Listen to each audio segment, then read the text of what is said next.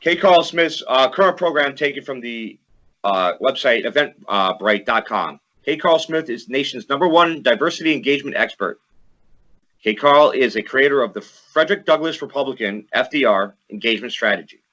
He has empowered and coached thousands of white, black, and Latino conservative men and women to trump the race card used against them. Without a doubt, K. Carl is the left's worst nightmare. A retired U.S. Army officer, K. Carl is a best-selling author of Fredrick Douglass Republicans, the movement to reignite America's passion for liberty. He has addressed more than 400 conservative, Tea Party, faith-based, and Republican groups across America. He is changing hearts, minds, lives, and votes. Does that sum up your current one? Yeah, that's good. Okay, excellent. So obviously, I got a few warm-up questions here. Let me just address the people. Welcome to GHI Interviews. We are extremely grateful to have you here, sir. Thank you. We're just a small group of working guys trying to build a side project. Having you here will give us some much-needed recognition, and hopefully we can help, because most of our viewership is here in Jersey, which is obviously a very blue state, but there are areas that are going red. Even Democrat politicians are starting to sway away from, because of all this nonsense that's been going on. Yeah. Could you briefly tell us a little bit about yourself and what liberty means to you? Yeah. Well, I grew up in Alabama, and I'm a former Army officer, and now I'm a full-time political agitator. It doesn't matter if you have an R behind your name or a D. You're going to be agitated if you're not adhering to the Constitution and elevating the poor to become employees and entrepreneurs and get them locked into a lifetime of entitlement. And if not helping people to pass the legislation to help them pursue their American dream, we're going to agitate you out of office. I don't care if you're a Democrat or Republican. Hand ups, not handouts. That's right. That's the American way. Everybody, all our neighbors deserve a hand up, but handouts, they don't. Nobody rises. Everybody just gets down to that level. And I think that's kind of this socialist revolution that they're trying to push on us. It's I don't mind that somebody has more than me. I just don't want everybody to be in a horrible situation. And plus, I don't be limited based on my gifts. If my gift in a certain area don't limit me to everyone else who don't have that gift. Mm-hmm. So that kind of thing. So we're on the same sheet of music. It's all about liberty. And I've been doing it for 10 years now. My organization called Liberty Message USA, and under the Fredrick Douglass Republican movement. And I believe that the greatest liberty messenger is Fredrick Douglass. So it would behoove us to integrate the message of liberty from Fredrick Douglass' perspective into our conservative philosophy. Yes, I agree. So that's what empowers us to win the narrative and find common ground with people. Once you find common ground, you can then establish unity, and we can save our nation. And that's what we need to do. We need to stop looking. We have to understand that we're a nation of many different kinds of people that have been here for a very long time now. But our values aren't different. Our values have never been different. You hit it right on the head. It's all about finding common ground through values. Yeah. Because values is what stands the test of time. Exactly. That's what makes us civilized. That's what makes us people. Exactly right. And that's what unites us. Mm-hmm. And so that's what we focus our message on. We focus our message on articulating the life-empowering values of Fredrick Douglass. I'll go through them later if you want me to, with those 12 values. Yes, we definitely will. All right, so I have a couple prepared questions. Obviously, I'm going to be looking down. Often liberal-minded Democrats believe they are the be-all, end-all of diversity, engagement, and training. However, you have been on the forefront for over a decade, helping Americans from different backgrounds relate to each other in the Republican Party basically what I've taken from watching your videos and reading some of your literature is this reignition of American passions for liberty. Finding that common ground, the relation between the groups then builds itself when you do that, because then now you're one group, right? And you sound like a true Fredrick Douglass Republican. Well, and I messaged you on literally. I went on what was it, a Venmo or a Vimo, one of those sites, and I said, you know what are people saying? Conservative values. That's what I typed in, and here comes something from you with the Tea Party doing a training exercise in Alabama, like 2013, and I'm sitting there and I watch this thing, and like, usually I'll put something on and I'm doing other things. I just got captivated, and I'm like, I'm a Fredrick Douglass Republican. He's saying he's hitting it on the head. I've been saying this for years. These are my beliefs, and I'm like, of course.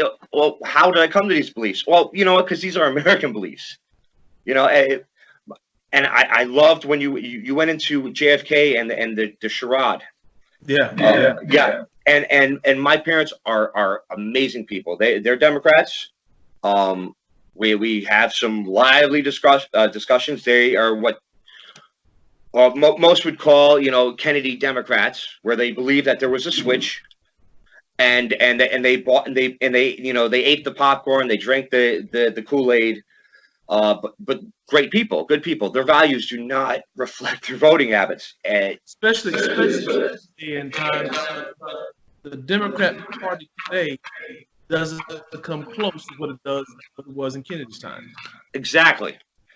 Kenny was kind of like how Trump has been shaking up the Republican Party. Now, you guys with the Tea Party movement, that was the beginning of the takeover, pushing those neocons out, pushing the big business out, focusing on our liberties and less government control. So it's been over a decade in the making of pushing these people out, and now we're finally starting to take over the Republican Party. I kind of look at like John F. Kennedy's time doing the same thing to the Democrat Party, trying to push some of those things out. I think after they killed him, it didn't succeed because let's face it, Lyndon Johnson just put a fancy bow on some racist policies and things that hurt all of us for decades now.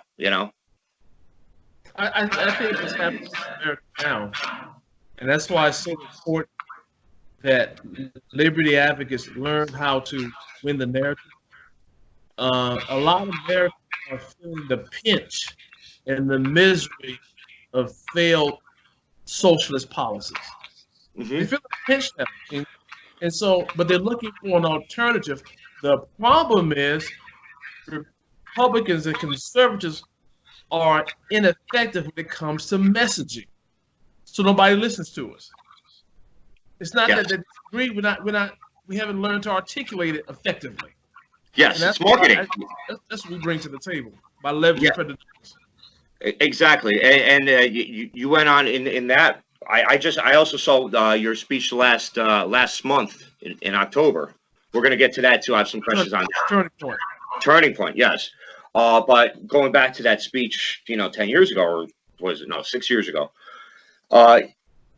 It's powerful when a black man has a Fredrick Douglass Republican shirt on because it doesn't close the door.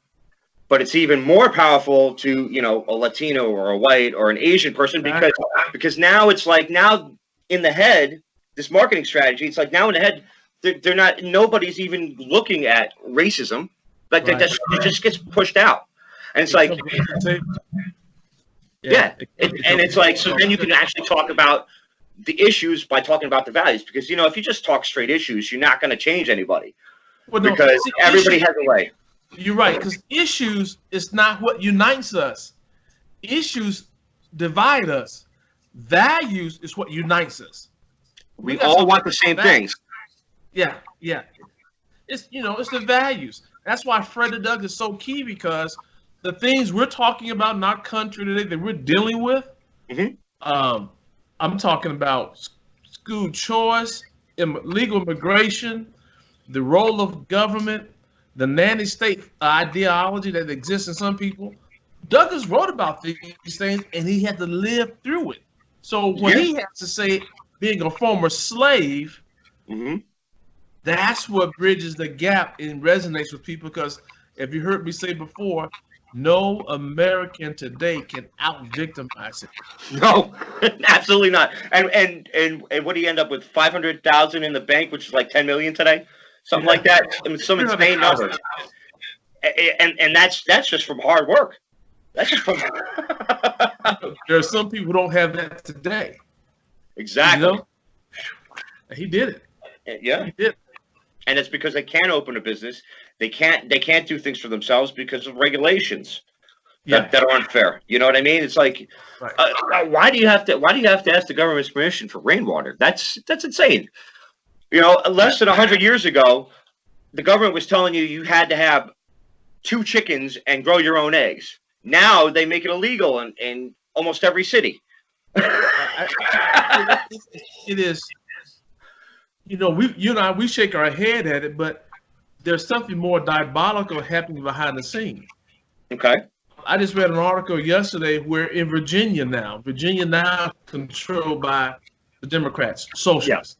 Yeah. There is a bill going to be voted on in January in the state of Virginia. Get this, where it is a criminal offense to teach or take martial arts classes. So not only do they want your guns, now they want your body. Yeah. They don't want you to protect yourself. And they said it because in the article was the reason why they want to make that a criminal offense because you can hurt someone. This is horrible. You can hurt someone.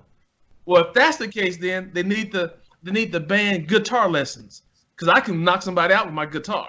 Yeah, really. When does it stop? You can't build brick buildings because bricks are dangerous. Yeah. It's all about incrementally taking away our liberties one step at a time. And by doing that, they will desensitize us and have a give-in philosophy to the government. That's why Douglass is important, because Douglass wrote about how to fight tyranny, how to fight when somebody want to rob you of your liberty. Because what? He was a slave. Yeah, and he was a runaway slave that came to the North.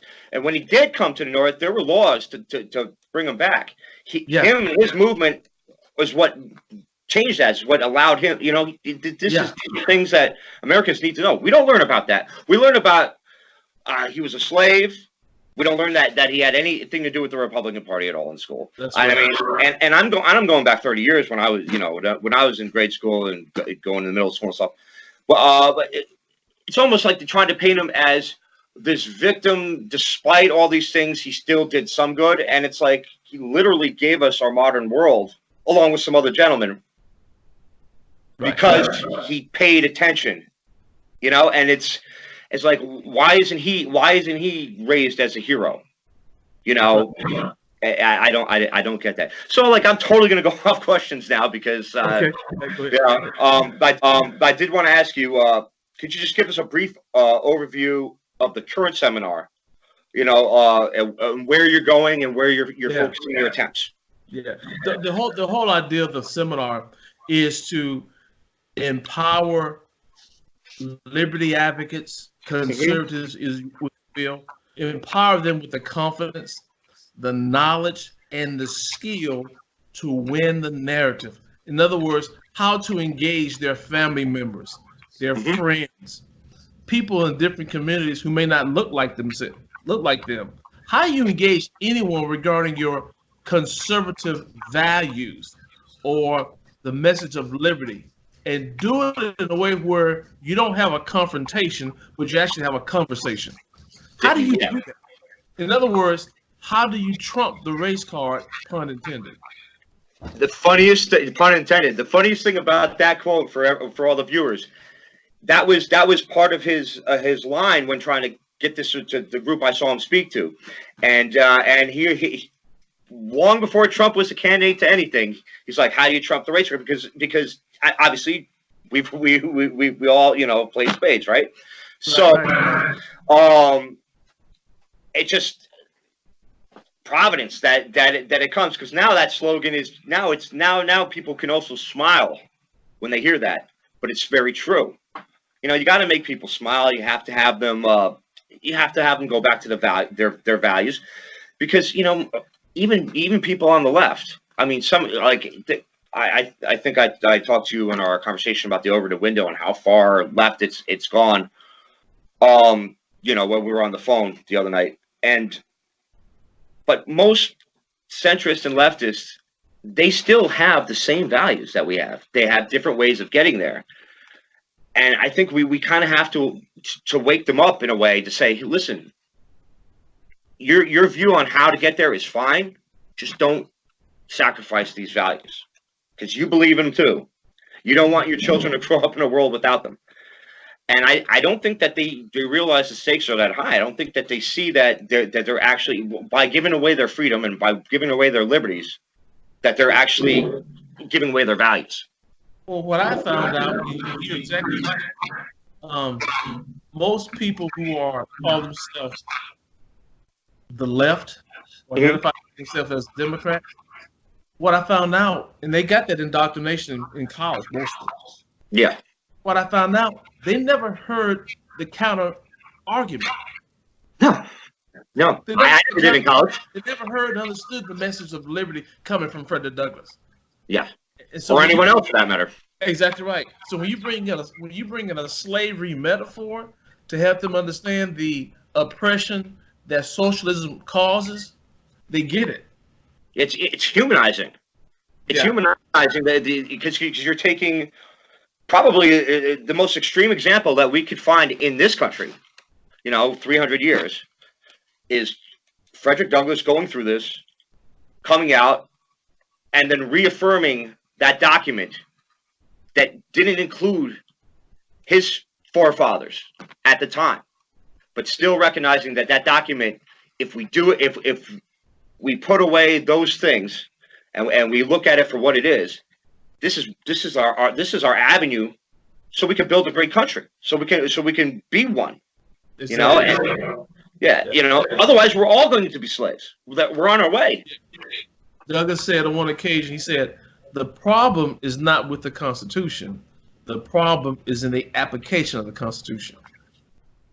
It's about how the Constitution is applied. There's nothing wrong with the document on face value, but it has not been applied fairly and justly over the years. That's the problem.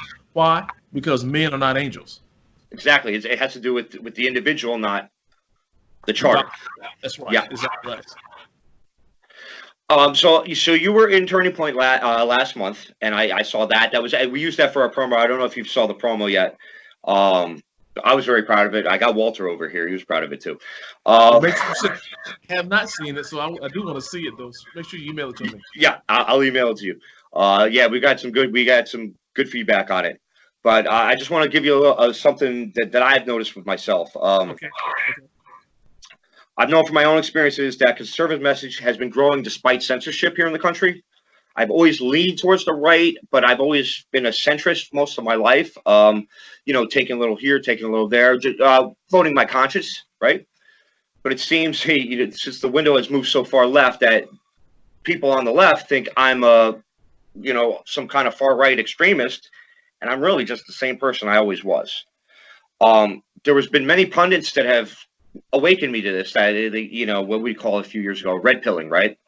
Mm-hmm. Many of them, and I mean far more than the population would dictate, because African Americans are about 12%, 14%. But if you go into conservative pundits online, on the radio, they seem to be far more represented, and I think this is because it means something to them personally, because they're watching this at another level. Now, I live here in Linden, New Jersey. I grew up in a town that was 50% white, 40% black, where we were always one. We call it tiger style. That's what we call it over here. So we have this, we have a bond that a lot of other, where you have a high black population or a high white population, they don't have the same bond, because all our fathers worked in the same factories, and you know what I mean? So it was pretty strong. Right. I've noticed that Black conservatives have actually been outreaching to white conservatives, to Asian conservatives, very much so to Latin conservatives. And I think they've been on the forefront. Now, you've met some of these people there. What do you think about this new generation? Do you think they're holding the conservative principles? Do you think they're doing a good job at it? Do you have any thoughts that may help them in their endeavor? Yeah, that is a major battle because the younger generation of the day, if they go to college, they're being given a heavy dose of socialism from their college professors. And then if they don't embrace socialism, then they're ostracized or may end up being physically assaulted. Sure. So that's the fight. Because the left don't stand for truth, in my opinion. So they have to be aggressive, they have to be violent. So our young people today are in for a fight for their lives when it comes to defending and fighting, advocating for their liberties. And then through this whole process, the word conservative, that word is demonized. So, it's like a trigger, what they would call a trigger. Sure, it is. It's a political attack word. Yeah. So the advice I would give to not just young, liberty-minded millennials, if you will, today, even old school conservatives like you and I, we got to do a better job in understanding what we're up against. And we got to understand that before we even speak as a conservative, because the left has effectively demonized that word, that we are demonized, but we are discredited, before we get a chance to speak. So we got to understand how to overcome that, how to overcome the negative perceptions that people have of anyone that's a conservative. Until we win that battle, we're not going to be that successful. We got to win that battle.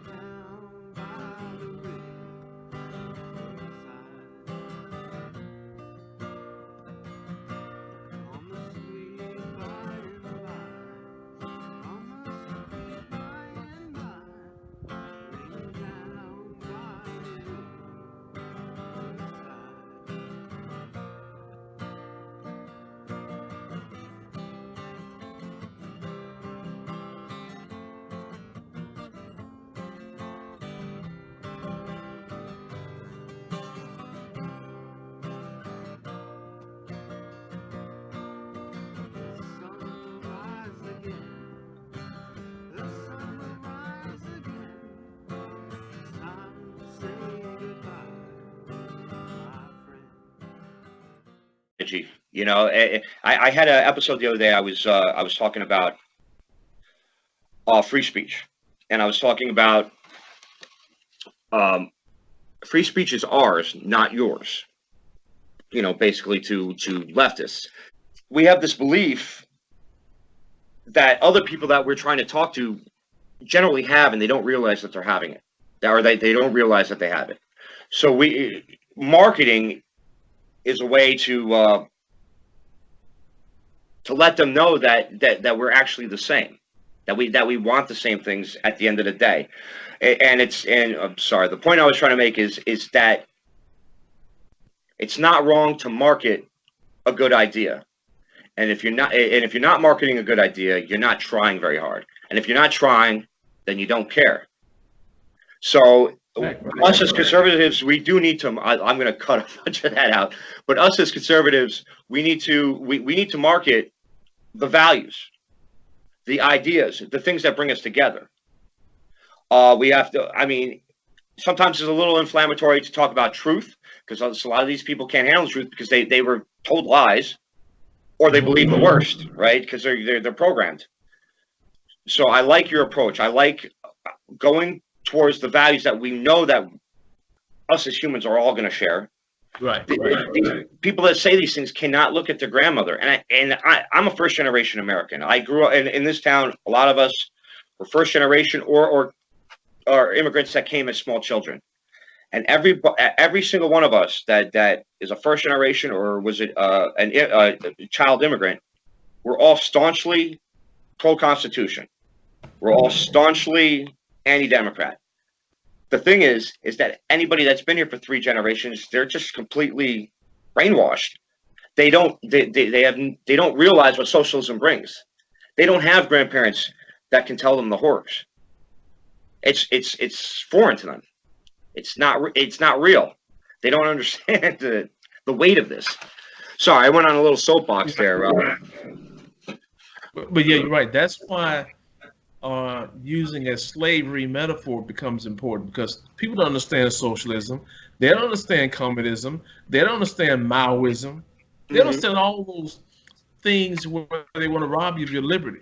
But when you leverage Fredrick Douglass and incorporate what Fredrick Douglass had to say about slavery, then you realize that the techniques of oppression used by the slave master are identical to the techniques of oppression used by the slave government. Exactly. Thing. It's the same thing. Free speech. So in a way, using America's greatest sin to market our greatest achievement would be a way of healing a country. You have to, because when you read the writings of a person that was an ex-slave about his love for the Constitution, his admiration for the founding fathers, the left has no answer for that. That's why, like I said all the time, once we get this Fredrick Douglass message on a national level, where we can empower conservatives on how to win the narrative, you can see the left. They gotta go back to France now. Yeah. And there's going to be some people with yellow vests that they're not going to want to see them. Right. Exactly right. Right. And speaking of that, I think the sweatshirt alone, like Walter and Sean over here, they asked if we bought some Fredrick Douglass sweatshirts, if you'd sign them for them, if we sent them to you. Sure. Yeah. That smiles over here. They're happy. The FDR. Yes. Yeah. And we'll put links up. We'll put links up for them. No. You ever heard the barbershop testimony? No, I didn't. I'll send you the video of that. When I had perfected this methodology. Now, I have 3 brothers. We're all 5 years apart, and I grew up in a Democrat family. Yeah. So when I had perfected this messaging strategy, I taught this to my younger brother, 5 years my junior. So one Sunday, after about 8 months of training under me, I said, "Hey, put this T-shirt on." So it's the Fredrick Douglass Republican T-shirt, and I said, "Let's go to Atlanta." So he had no idea. So we drove to Atlanta, and when I got to Atlanta, I pulled in front of a black barbershop, and I said to my brother, "I need you to get out the car, go inside the barbershop. I'll be back in 2 hours. Find out, let me know what happens." He was perplexed. I said, look, I said, "Get out the car. You got to believe that what I'm teaching you works. Get out the car, go inside the lion's den. I'll be back in 2 hours." So 2 hours later, I came back. He get in the car. I said, "Well, how did it go?" He said, "Man, this thing works." I said, "What happened?" He said, "I walked," because he had the FDR shirt on. He walked into the black barbershop. There's about 10 black guys in the barbershop. So after about 5 minutes, 2 guys said to him in unison, "Are you a Republican?" My brother said, "Well, I'm more than a Republican. I'm more than a conservative. I'm a Fredrick Douglass Republican, and I believe in the life empowering values of Fredrick Douglass." Again, using values as a bridge. Respect for the Constitution, respect for life. I believe the limited power of government. I believe in personal responsibility, economic prosperity, free speech. And so he said for the next 40 minutes, he's in the barbershop, standing in the center of that barbershop, and the barbershop turned into a Fredrick Douglass Bible study. And the owner of the barbershop, and this is in the hood, right? Yeah. So the barbershop owner. This might work in my barbershop, actually. Exactly right. He said, "I want you to come back here and bring some of those T-shirts that you're talking about, and bring some of those books." So we went back there about 2 months later and did a book signing in that black barbershop in the hood. That's been about 11 years now. Nice. That's awesome. So my point is saying all that, this engagement strategy that I've been talking about, it has been black barbershop tested. Yep. And that's going to turn a lot of heads. That's going to turn a lot of heads. Because I mean, how you can't argue with that. Wait. And once I get you trained, I can send you to a black barbershop too and get your beard trimmed. Oh yeah, no, well, that's what I'm saying. My barber is a black barber. Like I told you, our town is 60-40. Yeah. So my barber, I do go to a black barber shop. Okay. Yeah, you know, because that's my guy over there. Shaving Groove people, great. He'll be shocked. You walk in one day and you say to him, you know what? You say, no, I've been recently inspired by the life and writings of Fredrick Douglass. You know what? I'm more than a conservative Republican. I'm a Fredrick Douglass Republican. And you mean that as part of your spiritual declaration or testimony? If you mean that, you're sincere about it, you can start changing hearts, minds, and getting people to start voting their values.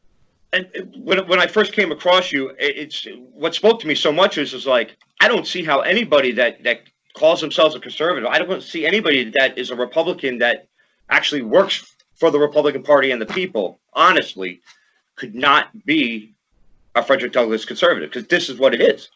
A Fredrick Douglass Republican is what our values are. I mean, obviously we have those neocons that are up there, and they'll say this stuff, but as soon as the doors are closed, they do the opposite. You know, politicians are crafty, and many of them are evil. But I think we're honestly starting to take over the party again to bring it back to what it is. Yeah. And I'm hopeful. Here's what I found out.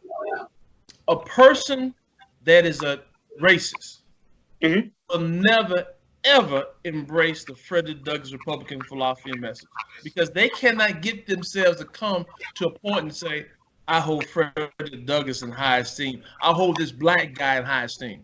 A racist. We're gonna have a lot of problems with white Democrats on that one. Yeah. That's right. Because you know what? That one thing I've noticed, especially living here in Jersey, it's perception, right? People they say a lot of things and they do the opposite. Every conservative I know, white, black, Latino, and it's funny because there's a lot of us. Well, everything's on our sleeve, right? Everything behind closed doors with Democrats, and that's white Democrats and black Democrats and everybody. It turns off as soon as they close the door. There's a lot of racism that goes on, and I think the whole concept of intersectionality is this divide and conquer theory that's based on racist ideas, not Christian values. Like you can't be a Christian and deem somebody else who's your brother differently than you. You know, your neighbor, your coworker. I mean, you have to allow them themselves to be the person they are. And if that person that they are doesn't jive with you, that's an individual aspect. You can't make these kinds of assumptions. Not if you want to be a Christian. And last I checked, this is still a Christian nation. They're trying to abolish that, but it still is. And I'm not the best Christian in the world. Luckily, I can talk to God, and I can look inside myself, and I can make myself better. And He allows me to do that. Right. This atheistic view of with intersectionality and everybody's a victim, it just doesn't work. This kind of brings me to another thing. We did an episode, me and H, another guy who's not here, it's the tech guy. We were talking about, is there a white breaking point? Is there a point where all this, especially for white men, where they're demonized, they're attacked constantly? They have to throw away their values, even though if there's values that you and I share the same values. This other group over here wants me to denounce values that you and I share, and they say you're a racist if you don't, right? And so that's kind of like our cross that we're bearing right now. Is there a breaking point where we just say, screw this, and we're going to start losing people to socialist ideology because now they're godless, now they're not whole? Is there a fear that could happen to a majority like white American men, which is what 36% of the population or some insanely high number, right? It's do we have an issue where we're going to lose centrists because they're just tired of being name called, and then they're going to turn into people like Richard Spencer, that they call him far right, but he doesn't believe in God. He believes in big government. Andrew Jackson is his hero. To me, it just sounds like a racist leftist that doesn't lie about it. That's what he sounds like to me. That's exactly what he is. I mean, Andrew Jackson, Andrew Johnson. I don't care for either one of them, to be honest with you. But yeah, that's what's going on, and that's what people don't want to go through the humiliation of identifying themselves as a conservative because of the racist name calling that follows. That's what's stopping. Because, for example, in terms of values, some of the most conservative folks you ever met in your life are Latinos and blacks. Oh, yeah, absolutely. But we didn't call ourselves conservatives growing up, because in the black community, that word conservative, that's taboo. That word is synonymous with the word racist. If you say you're a black conservative, walk around the black community, okay, that's what you're saying. But what people are hearing is you're a black racist, and so you're gonna suffer from social, economic pushback. I know a guy right now who lost his job because he ran as a conservative. He's a black guy, and the church found out about it. They tried to kick him out of the church, and he lost his job because he ran as a black. He was a black Republican. A Christian church. Yeah, a Christian church. and his father was the pastor. Wow. See, the amount of brainwashing it takes to do that, it's just. Yeah. All right, so I want to ask you. Let's see. Going into 2020, Florida and Virginia are two swing states. The stakes are high there. Where do you think we're going to fall? Do you think Republicans are going to turn out? Do you think these polls that are showing, Latinos and blacks disavowing the left and going into the conservative movements, do you think they're going to show up? What do you think is going to happen in these states? I think that the Democrat Party, they have gone so far left that a lot of people who've been Democrats for years are now politically homeless. The Democrat Party, out of Virginia specifically, have now come out where they now embrace infanticide. Yes, we did an episode on that too. So unbelievable. So there's a lot, especially in the black community, that's a problem for the Democrat Party. But the challenge is the Republican Party leadership. They are so inept, they can't take advantage of it. This is a gift. This is a gift. Yeah, that's so where you come in. It's going to take the grassroots movement to win the day. Yeah. And that's why you and I, people like us, who are not part of the establishment, but who are lovers of liberty, the friends of freedom, we got to learn how to talk to our friends. And learn how to talk to people who live in our precinct, the importance of liberty, and how to vote their values. And don't worry about a label. Vote based on your pocketbook and vote based on your values, regardless of the label, the Democrat donkey or the. If someone has to call you names to vote what's in your best interest, then you don't need to listen to those people, right? Exactly right. It's like I care about my children. I care about I care about my family. I care about my neighborhood. I care about my my neighbors. I don't have to. You can call me whatever the hell you want. I still am going to do what's right for them, and that's a hard thing for a lot of people to do because they like you said, to lose your job, you can lose your standing in a community, and this is wild because the community probably believes the same things that person does. They just don't realize. The left use something I call force conformity. And a force to conform, even though it's against your values, they're gonna force it through affecting your pocketbook, and threatening your family, and threatening you personally. It's like a scarlet letter. Yeah.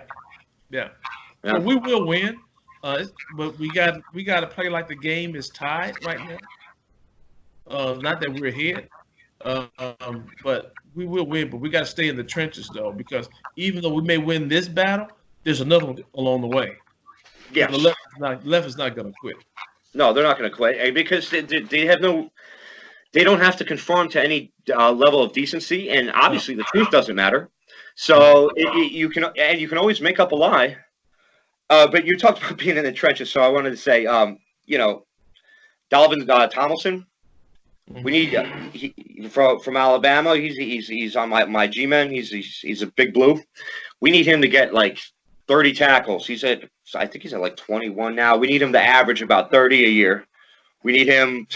He's at like 2.5 sacks. That's all right because at D tackle because we want him to stop guys at the line of scrimmage. I like second and longs. Right, what do you think? He's been in 3 years, so next year's the breakout year. You're a big Alabama guy. What are your thoughts on that player? Do you think he's going to be one that makes it? Oh yeah, very talented guy. And if he go ahead, he was a wrestler coming out of high school. Okay. And, a state champion. Calvin has the skills, man. Just got to just apply it. Just apply it. Yeah, and I'm not exactly being totally fair too, because at D tackle and having that wrestling background, he's getting double teamed a lot. Oh yeah, that's what I was going to say. He's getting double teamed a lot. Yeah. So I like a guy that gets double teamed just as much as I like a guy that gets tackles, because guess what? Now you got a free linebacker, right? I played center. As small as I am, I played center in high school, and the best thing I was able to do was do a quick chip block, get under the tackle. The guard will take him up, and then I'm out there. I'm faster. I'm the fastest lineman in the county, right? Because I'm only 170 pounds. So I'm out there. I'm fucking taking out a lot. Excuse my French. I'm taking out a linebacker, and then I'm in the secondary. You know how many? It was a lot of fun. I miss those days. I miss those youthful days. I'll tell you.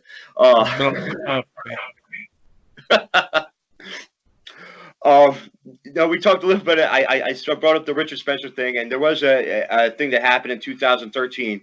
I really just want to condense it to like when we're getting confronted by the left, right? Yeah. And you're giving us ways that we can talk to them and keep the door open. We can't keep the door open and talk to racist leftists that are Fox conservatives that they think their home is with us because the media says that's your home. They call them far right. What do we do with these people? Do we try to take a Christian approach, or we try to rehabilitate them as lay people, or do we just do everything we can to push them out?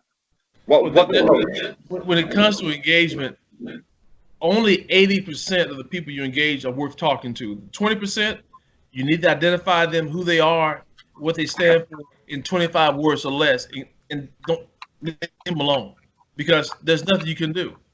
Exactly. Not only have they drunk the Kool-Aid, but even if you had a crowbar, you can't get a good idea in their head. Yeah. Yeah. They're on bad faults. Yeah. Focus on the 80%. Yeah. Okay. And 80%, there's no conversion necessary. They already agree with us. They just may not use the word conservative, but they have those traditional values. Mm-hmm. We got, again, it's about leveraging values to find common ground to create unity. That's the formula. Excellent. That's the formula.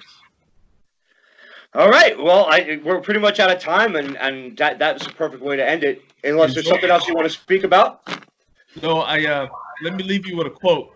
Sure. Back in time of Reconstruction, the first 7 blacks who served in the U.S. Congress were black Republicans. There's a guy, his name is Robert Brown Elliott. He was a congressman out of South Carolina. He has a quote that I love, and the quote is this, quote, "I am a slave to principle. I call no party master," end of quote. In other words, I'm a slave to Christian principles. I don't call the Democrat Party or the Republican Party my master. I'm a vote in a way that shows my love and my allegiance to the God that I say that I serve, based on values. Excellent. Excellent advice from 1871 he was elected first. Yeah. So those are great words of advice. I thank you for leaving us with that. everybody look down below in the description, and also because I'm going to give you links to all the sites for K. Carl Smith, and also for some of his merchandise and stuff like that. I'm also going to put things up on the screen. It was a pleasure talking to you. I really appreciate you coming on. What's up? Pleasure's all mine. Let's do it again. Pleasure's all. So, thank you very much. I will. Hopefully, I can talk to you again at some point. This was very fruitful and awesome. Enjoyed it. Have a good trip. Roll Tide.